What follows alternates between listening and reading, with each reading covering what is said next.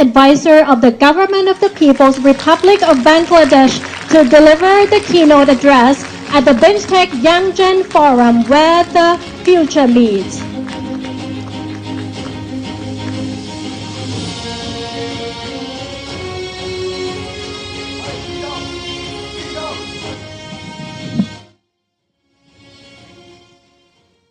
Good afternoon. I'm very lucky. I'm lucky because this is my first meeting of BIMSTEC, and that meeting begins with the meeting with the young people. That's what makes me very lucky. All along, I tried to get inspiration from young people, and that helped me to move in the direction that I see in the eyes of the young people and the hopes and aspirations of the young people. That has driven me all along. So I'm very happy that this BIMSTEC journey for me begins with the young people. In this brief presentation, I'll just talk about some of the highlights of my story, how it went. But Excellencies and ladies and gentlemen, and my young friends, first I must express my deep condolences for the tragedy that's taken away so many lives in Myanmar and also in Thailand.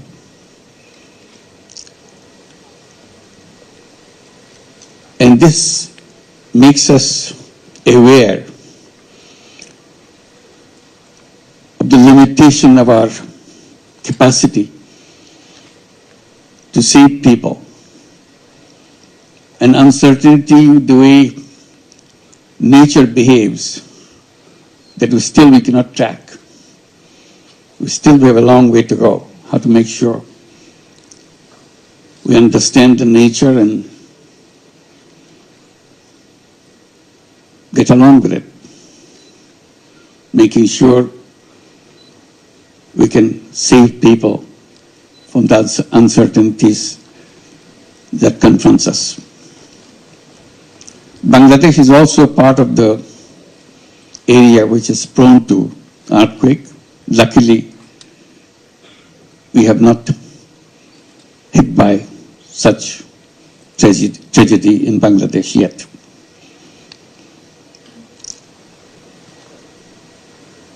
I'll just give an idea how I got into the things that I have done in the past. I was just mentioning to His Excellency Minister of Social Development that I used to teach in the USA, in Middle Tennessee State University, back in end of 60s and beginning of 70s. I was mentioning because I was surprised to see in my class, almost 1/3 of the class are Thai students.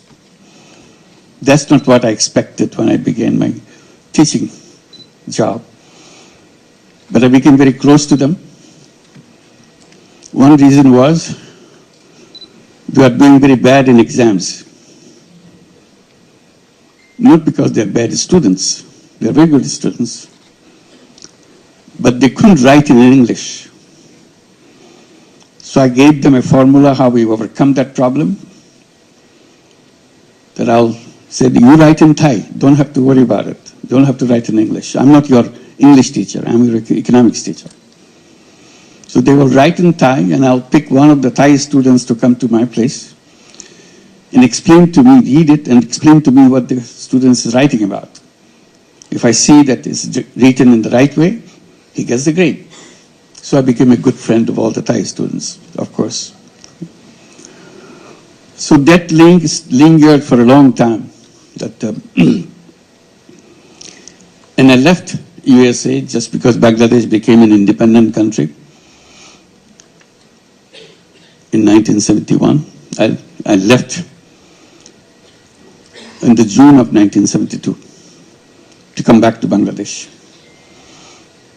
With all the excitement that you have a new country, you can design it with the dreams of your imagination, and you're all excited that you have independence, an independent country. So I was trying to see what I can do in that journey. But very soon, all the excitements of creating a new country started disappearing, because Bangladesh was sinking very deep into economic troubles. By 1974, we had a terrible famine in the country. We read about famine in the textbooks, in the history books, but never see a famine around you.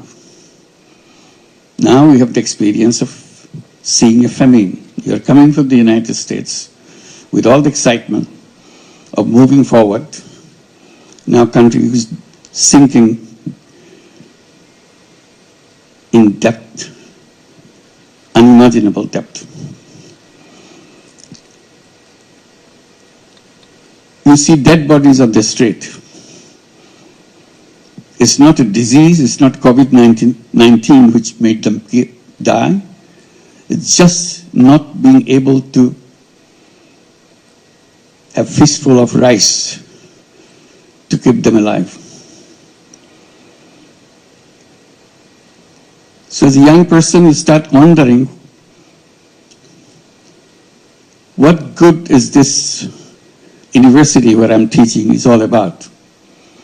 You can teach all the brilliant theories in classrooms, walk out of the classroom, you see dead bodies. So it unnerved me completely. I didn't know where to begin, what to do. I did little thing here, little thing there, didn't work. Then I decided, Bangladesh is too big for me. I'm a small guy. I can't do anything for whole Bangladesh. But I can do something for the village next to the university campus.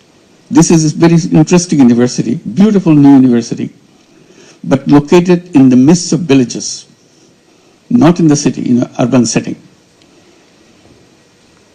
So I decided this tiny village next to the campus is my Bangladesh. I'll do everything I can to make sure this village remains away from the deaths from hunger. Not only this year, next year, a year from now on. So all the imagination that you have with a good economic life, I tried to bring in my ideas, how to build this, create those situations in this village. I did little things again to see if I can be helpful to people. Then I realized the village is too big for me. I can't do anything for the whole village. So I started paying attention to individuals.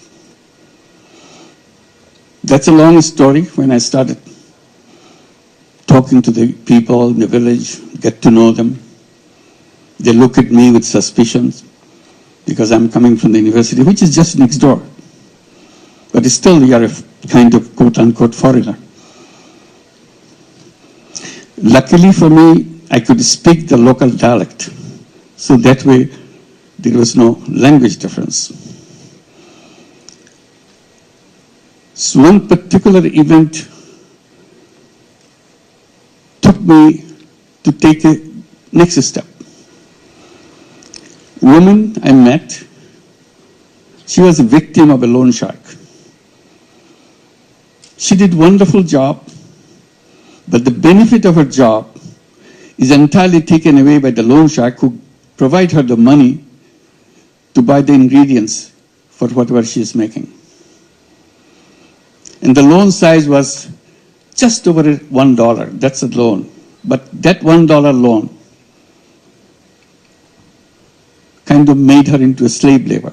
And instead of overcoming the problem, she became a slave labor because whatever she prepares, the condition of the loan shark is, you have to sell anything you produce to me at the price I decide. Imagine that. So in the conversation, I said, if I give you the dollar, can you produce and sell it in the market? She was not familiar with the market. She said, I can try. So that was my first loan I gave. Gave her $1. I said, you have to pay me back. But whenever you can, I'm not going to force you to do anything. And the results I got from her kind of made me think, if $1 can do such a thing, why don't I do more? And I still have lots of money in my pocket. I'm coming from the United States. I was teaching there for several years. My pockets are full with dollar. So that was the beginning. And it led to step by step, not only just lending money, but raising questions, fundamental questions.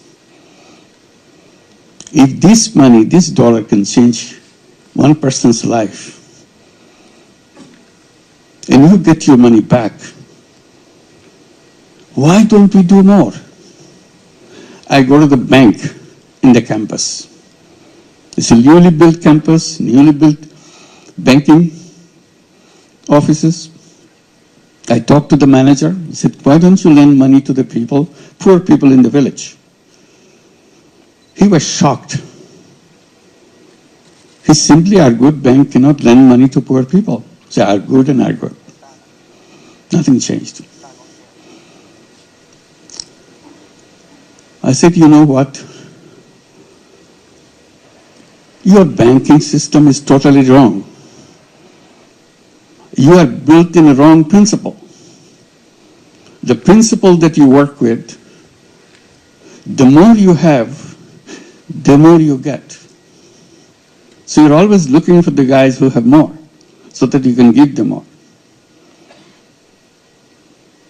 I said, that's kind of reverse of the actual principle that you should have. Actual principle should have been, the less you have, the more attention you get. And my first responsibility is to go at your door to serve you. You don't do that. As a result, you create this problem for the whole village and for the whole country. Now I see it's the whole world. Same banking principle. The more you have, the more you get. If you have nothing, you get nothing. So stay there. The whole idea of transforming the society is killed right there. There's nothing wrong with people. They're full of energy, full of creative ideas, but the institutions are built in the wrong way. So I started becoming very vocal. Since I'm a university professor, I'm quoted in the press. I make it very, very sharp. People laugh at me. This crazy guy, don't understand any business, any banking. He keeps talking loud about something which cannot be done at all. Poor people need jobs, not money. I started answering that question. I said, money is more important than job. That became another root of my arguments, and I continue to do that. But for the time being, I'm saying not only banks should be made in a way that you should be focusing, started doing business at the bottom first and then gradually move up. To make it more focused, I started saying not only credit is important. It should be considered as a human right. People say, what bank loan has got to do with human right? I said everything. Right to live, right to shelter, right to health. These are recognized as human rights. You cannot achieve right to food, right to shelter, right to health, all these, unless you establish right to credit. The moment you have the right to credit, others will be established by themselves, by people themselves. You don't have to bring it from outside. Because credit leads to income. So that continued. I said, since bank doesn't give the money, why don't I create my own bank? So that is another route. We started with that $1 loan. Now I'm talking about creating my own bank. It took a lot of time. Finally, I created a bank for the village, called it Village Bank. In Bangla, we call it Grameen Bank. That's the word you hear. Grameen means village, village bank. And I was very excited. And how do we get all this thing done? With all my students. I didn't have anybody else. My students loved those ideas. They were with me all the time. Continued with that. So it's established in the village, then it started spilling over to the other villages and other villages. Soon we see it became nationwide bank. Everybody said, why do you do that? That doesn't do anything, this tiny little money, $5, $10, $20. That's not, I said, that's the beginning. First dollar is the most important dollar in everybody's life. But the world denies that money. What I'm doing, I'm just bringing that as a human right, that you can do that. As a bank, it's not a charity. Then I started arguing about the charity versus loan. I said, charity is a wonderful idea. Charity money goes out, does wonderful thing. The money doesn't come back. So you have one time use your money. But if you invest and lend the money, and the person who took the money promises to pay you back with interest so that you can cover your cost, that's a fantastic opening. You can go thousands of miles with that. Nobody can stop you because money rolls back again and again. So use the same money over and over again. And I started saying, charity money has only one life. You can use the money once only. Money goes out, does a wonderful job, but never comes back. That's called charity. I say the same thing if I use it as a loan. I lend the money, I provided the funds, charge the cost of the operation, money comes back. Use it again. It does the same thing again. So you can expand and expand and expand. Reach out to millions and millions of people. It's very difficult to argue such things in the environment where banking means you have to be providing collateral. I said collateral is the wrong idea. It's a wall built to deny poor people access to bank. That's the only purpose. How dare you say that? I say it because I don't have collateral in my system. People take money, they pay me back. Oh, they will never pay back. I said, they have been paying back all my life. I have no problem. Oh, they will finally show you that you are not right because they will not pay you back. I said, I've been doing it for years. Many people are copying it. They are doing it for years. Just because you imagine something doesn't make it right. This is real. We do it every day. So that's another road opened up. Banking without collateral. I said collateral is just an excuse to refuse people financial services from the banking system. If it can work without collateral, why do you need a collateral? Then people say, oh, Bangladesh is a crazy country, funny country. You can get away with this kind of thing and people listen to you. I said, no, not Bangladesh alone. Now it's spreading in many countries. Right now, it's a funny thing. It's working in the United States. 35 major cities in the United States have Grameen program called Grameen America. They have over 200,000 borrowers, all women, 100% women. In Bangladesh, it's about 95% women. In the United States, 100% women, not a single man in the whole system. Last year, we lent out over $1.5 billion in tiny loans. In tiny loans in the United States means under $1,000, $500, $700, and so on, and expanding. Very soon, we'll be arriving at a situation where we'll be lending out over $5 billion a year. That's the spread going.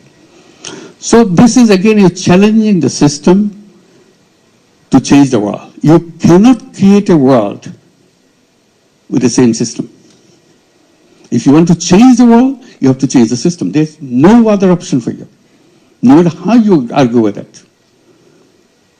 If you go by the same road, you'll always get to the same destination. If you want to go to a new destination, you have to build a new road. So that became another issue. We continued with that, and when we have this system working in Bangladesh, we saw problems with children, healthcare, education. So we started adding these things. First thing we did about toilets. Poor families don't have any toilet. We said, if you're a Grameen Bank borrower, first thing you do, you must have a toilet. And we lend you money to build the toilet. They said, well, how do we pay it back? Don't worry. You pay a tiny, tiny little bit. So small that it doesn't bother you anymore. But over years, you'll pay us back the entire amount. So we built a company to produce toilet and install in every single house, the Grameen Bank family house. So toilet became an essential thing in Grameen families. And we had no problem with giving the money, spending the money, and getting the money back. Then we started giving the housing loans. Again, the same principle. We build a house, you build a house, we give the money, you pay over a long period. Then we started bringing healthcare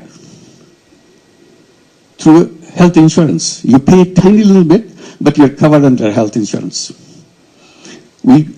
Again, it pays it back. So we created lots of these little things, one after another, in a sustainable way, in a financially sustainable way.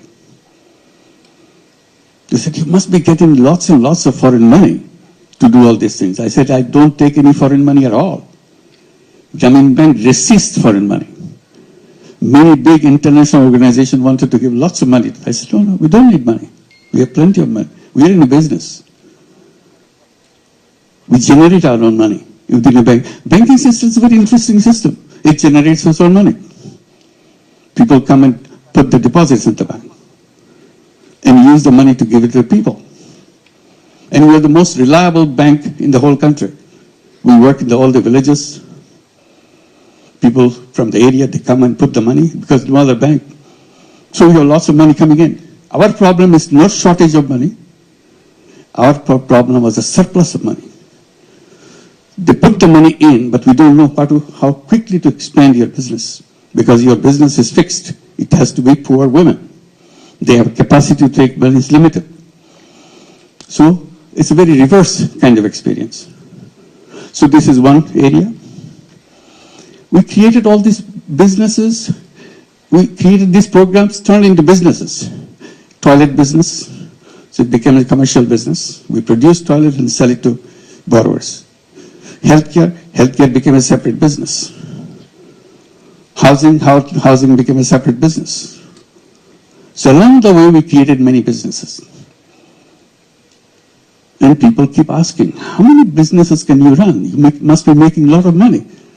I said, yes, it brings the money back, but we don't want to make any profit out of it.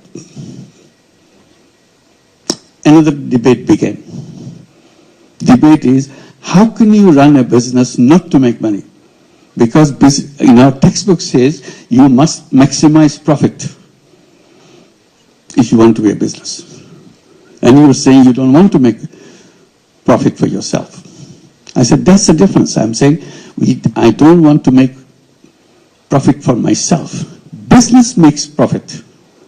Profits is rolled into the business to expand the business, to reach out to more people, provide more services. It's self-reliant businesses. That became a debate. That you cannot call a business.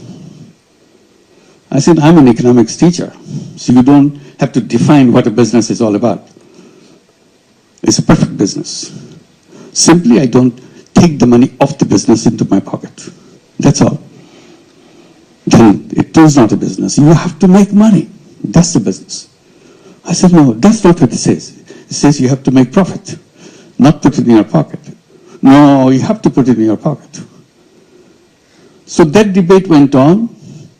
Big experts in economics started challenging the whole idea. I said, okay, it doesn't fit into your idea of business. This is a new idea of business. So I needed a name to define it as a new business. So I started calling it social consciousness-driven business. When I mention it several times, it looks too long for me. So I simplified it, called it social business. What is a social business? Social business is a business to solve problems rather than make money for yourself. Oh, then this is not a business. Business is not supposed to solve problems. Business is supposed to make money for yourself. I said, this is a new kind of business. Do you have a problem with that?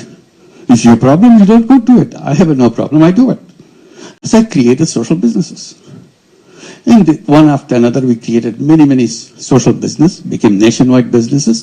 Very interesting thing is, some international companies, global companies became interested in the concept of social business. They wanted to build social business, taking us as a partner. So we agreed. So we kept Danone, Uniqlo, and many other such companies. So another class of business created, social business. So the world is stuck. And it cannot free itself from the old thinking. In old thinking, you are destroying this whole world for yourself. I said, old thinking has created old civilization, which you are going through. And I repeatedly underline that old civilization that we are going through, the present civilization that we are going through, is a self-destructive civilization. It will destroy everything. And that's the path we are going. If you want to survive as human being on this planet, I said we have to create a new civilization, which will be, the features of new civilizations has to be very clear. It's shown, first condition of the new civilization, the businesses should not be greed-driven. So greed part has to be squeezed out in the new civilization. Greed will destroy us. Why? Because whatever, all the things that we talk about, we promise the government to see this is what we're doing, our country is moving forward, our GDP is growing and all that, and growth rate is so high. So what? All the wealth this is generated gets concentrated in few hands. They become richer, richer and richer. And we call it development, we call it growth, we call it fantastic economy. But that's, you are planting the seed of your self-destruction. Unless wealth is shared, you cannot sustain a society. Concentration of wealth equals concentration of power. And you start concentrating power and deprive the power for the people on the ground, that society will collapse sooner or later. That's it. This is one reason why the civilization cannot sustain. On top of it, we are destroying the planet through environmental side. We created the world where consumption is the king. You buy, consume. And in the process, create waste and waste and waste. If not anything else, the whole waste that we generate every day will put us into grave of waste. I said we have to redesign our lifestyle. Lifestyle is not about continuous process of creating waste. Life is about preservation. Life is about protection.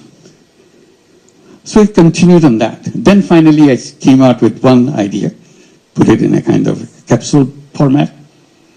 Said we have to create a civilization of 3 zeros.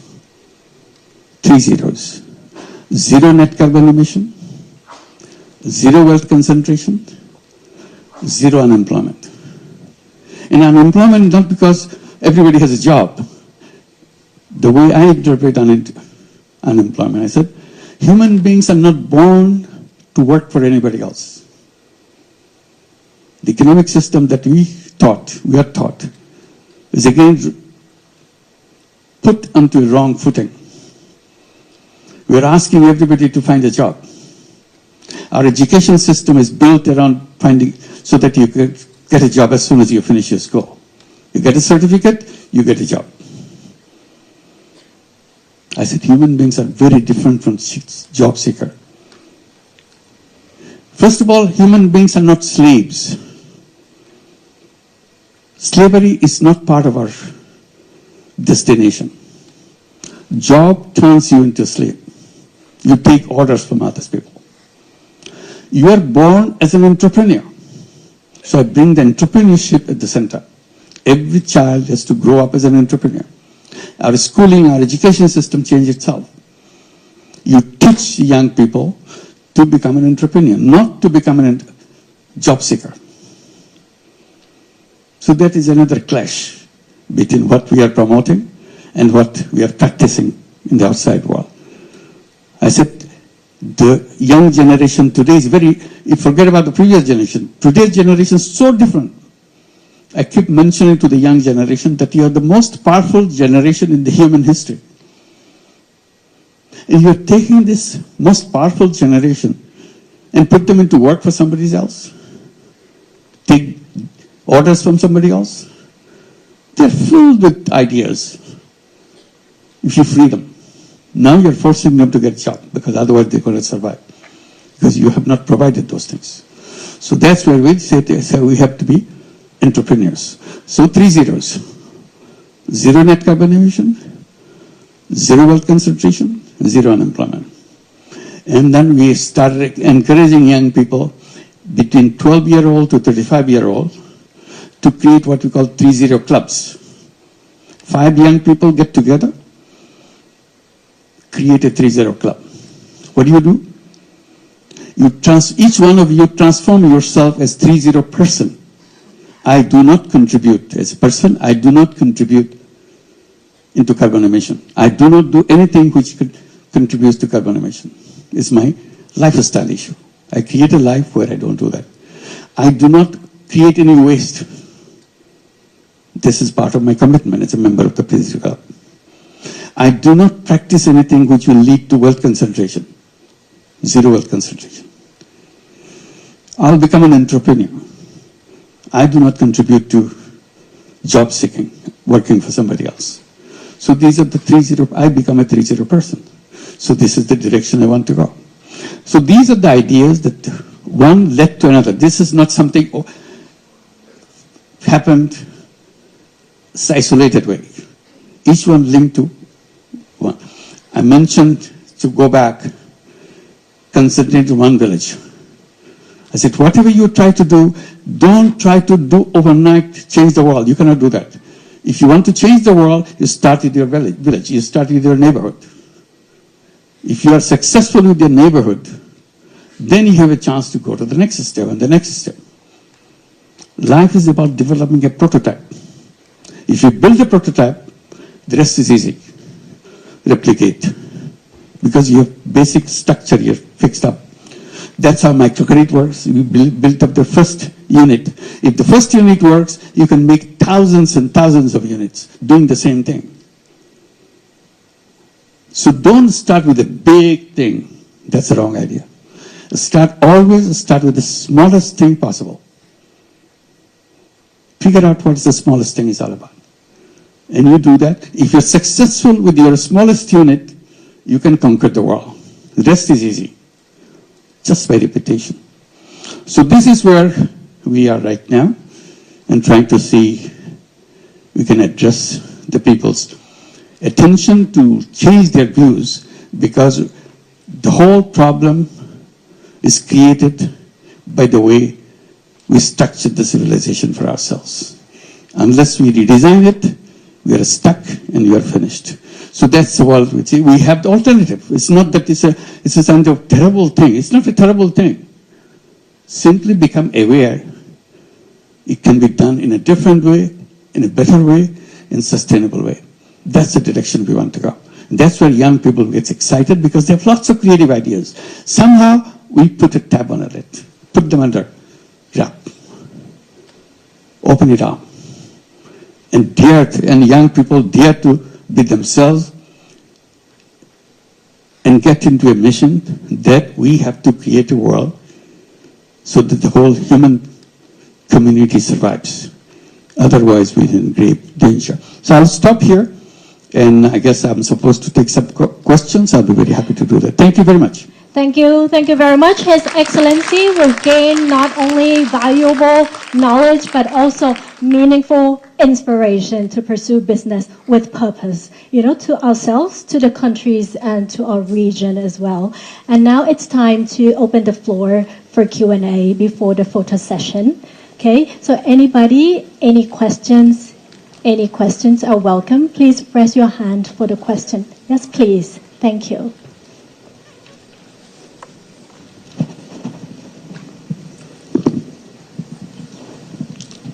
Okay. Hello, Your Excellency. My name is Janista. I am economic researcher specialized in international policy. First of all, thank you for your inspiring speech. It's quite meaningful for me. Today I have two questions. The first one is, nowadays there are many young generation who want to create a social impact, but they are struggle with funding, so they can't they can't expand their social campaign. So in your opinion, how could they overcome this kind of challenge?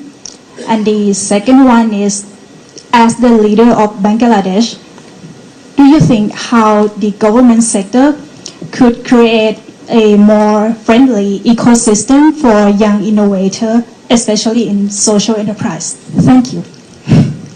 Well, the second question first, how to make it friendly government, is very difficult.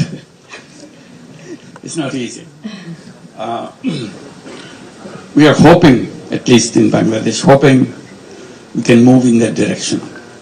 Because the people's perception in Bangladesh government is a kind of a terror machine. You create trouble for them. The purpose of the government is to create trouble. Not solve your trouble, but to create new trouble for you. So if you see a government guy, you stay away from him. And that's completely counter to the whole idea of government. So it needs overhauling of great magnitude to make sure that you become, so when you see a government guy, you feel relieved that, okay, I have a government guy next to me. I'll be protected. It takes a lot of practicing, a lot of redesigning inside the government. Hopefully someday we'll be able to do that. On the question of finance, my entire story is about finance. And I'm saying that we are not waiting for money. See? We are not saying, give me some money. We have our stories after stories where we defended ourselves from billions of dollars of money coming to us. We said, please don't give us, don't destroy us. We are okay. So it has to be reversed. You should be generating your funds, creating things. And there I suggest the one idea, social business. CSR. Many companies have CSRs.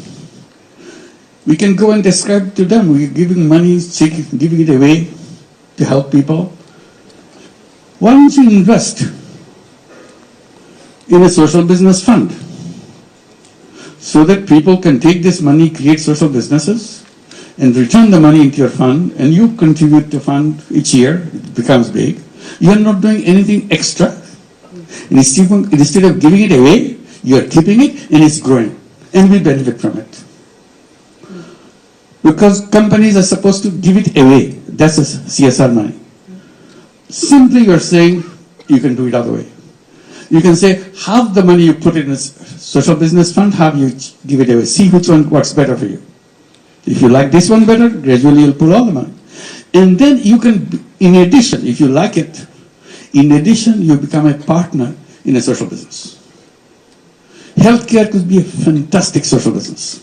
Everybody needs healthcare. And this is the most difficult thing to get in most of the countries. I said, why don't we create social businesses? During COVID-19, we have gone through a big fight, global fight, to make vaccine patent-free. Just patent-free. We're not saying give it free. Patent-free. Patent means you protect the right for yourself. You can charge any amount you want. It's a monopoly right. Take away monopoly. You sell the product at the price which you have to charge. Because it's a question of people's life. We have had the global fight for this. Fighting taken to the WTO, because that's where final voting takes place. It needs every nation's concurrence. When everybody says yes, then only then it could be removed.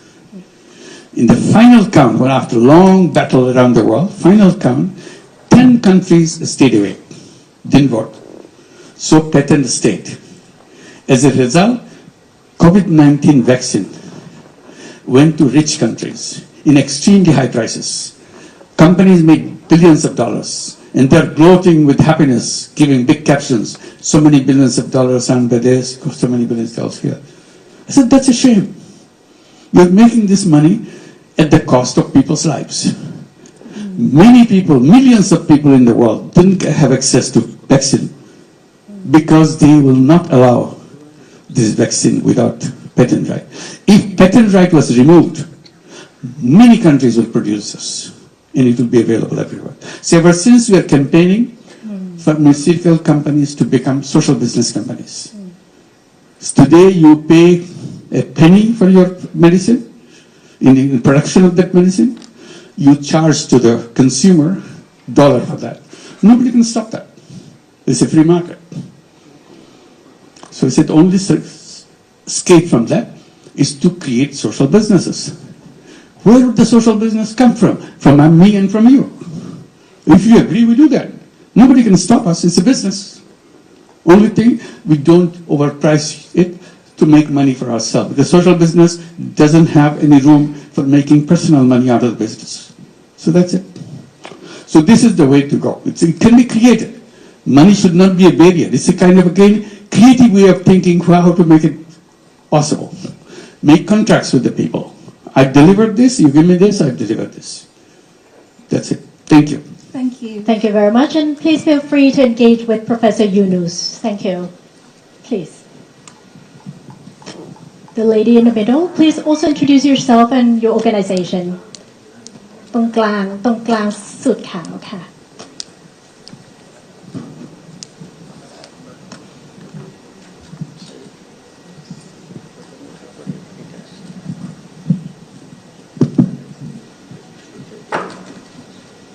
First of all, Assalamu alaikum. Good afternoon, Prime Minister. I would like to have, I'm Fatima from Asia Medicare Group Company. We're running about the medical tourist business. I have the same question since I asked last Prime Minister, last time when they visit Thailand. I want to know about the bank system. When it's gonna be developed or improve about bank to bank and increase this for more easier business between Thailand and Bangladesh? Thank you so much. Thank you. It's many examples are around the world how to create a new kind of bank, so social business bank. So microcredit banks are social business bank. We're not talking about you make money out of the poor people. We said create a social business bank. If you want to make money and still lend money to the poor people, that's fine. It's allowed. But better still, it could be a social business. So that you do that not to make money for yourself. You do that because you want to help people to transform their own lives and give it a thing. And we keep saying that, like in the universities, in the colleges where students come, I'm saying they should be entrepreneur. In every school, they should have a social business fund. So the students who will become entrepreneurs, they'll come with a business idea and go to the school fund to try it out, practice it. It's a tiny little model that they would like to do. And if it's successful, they can attract funding from other people. But the school should be able to provide this funding so that you can start a new idea while you're still in school. Because that's where you should be preparing yourself as an entrepreneur. And people say, why should they do for social business? I said, at this time, I'm not saying it should be all social businesses. They can do money-making businesses too, but the fund should be there so that they can practice it. But I'll encourage young people to solve the problem of the world. They have to have a mission, purpose of life. Purpose of life could be, I will make lots of money. That's my purpose of life. Okay. But another purpose of life, I will change the world. Things that happen, they don't have to happen because I will come up with an idea which removes all this problem. And history will record that I made this thing and as a result, the world has changed. People's life has changed. So give people challenges, young people challenges. Young people love challenges. But you're not doing that. All you're saying, get ready so that you know how to appear in the interview board, how you dress yourself, how you answer questions so that you impress, so that you get a job. We are not job seekers. We are human beings. We are full of entrepreneurial capability, full of ideas. That's what the education system should be. Thank you. Thank you so much. Thank you. Thank you. Yes, please. The lady in the front.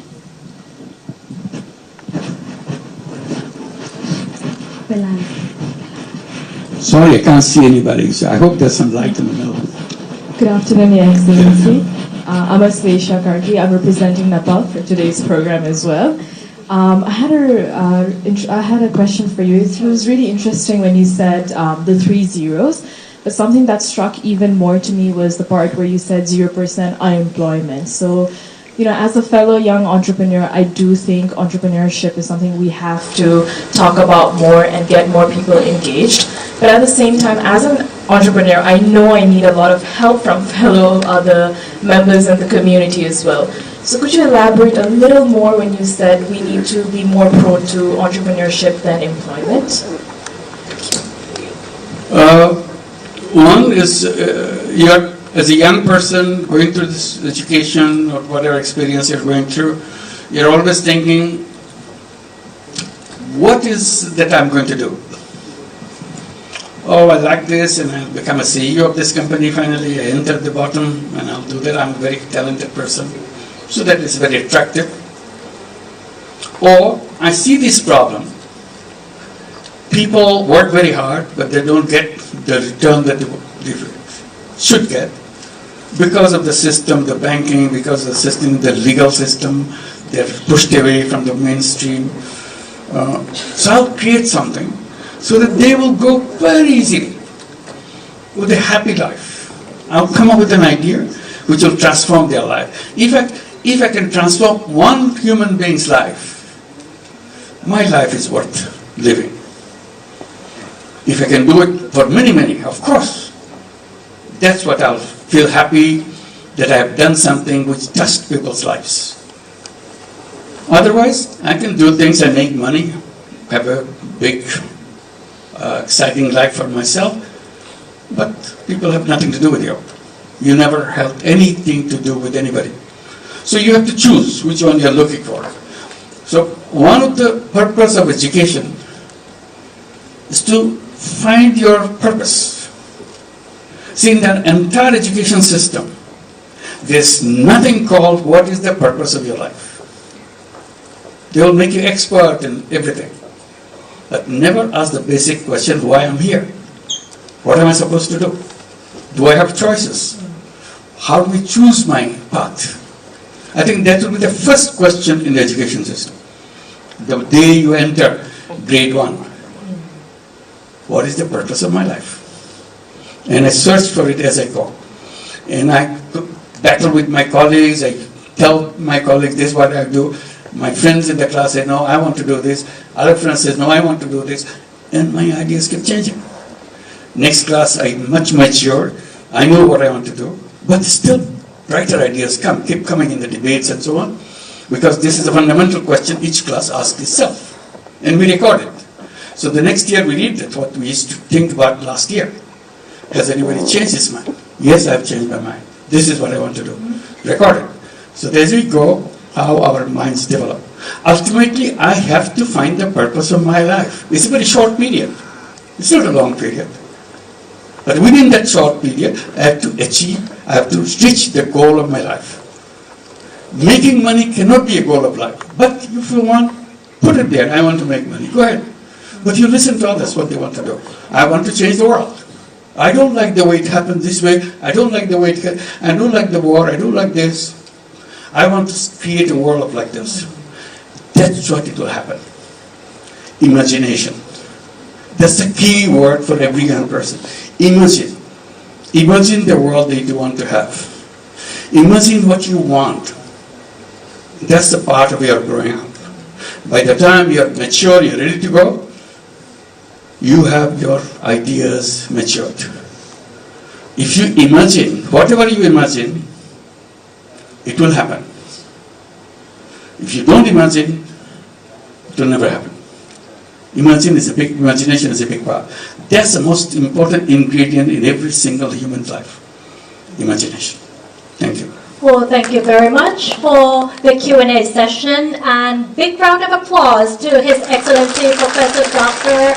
Yunus for a wonderful keynote address. And also please remain on the stage for a photo session, and may I invite His Excellency Mr. Warawut Silapa Acha, Minister of Social Development and Human Security, the Kingdom of Thailand.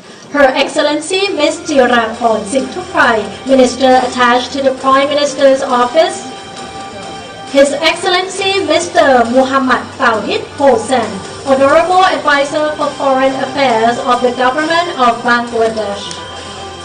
His Excellency Indra Mani Pandey, Secretary General of BIMSTEC, and all the speakers from the BIMSTEC member states for both sessions. Please, all the speakers come up for the photo session.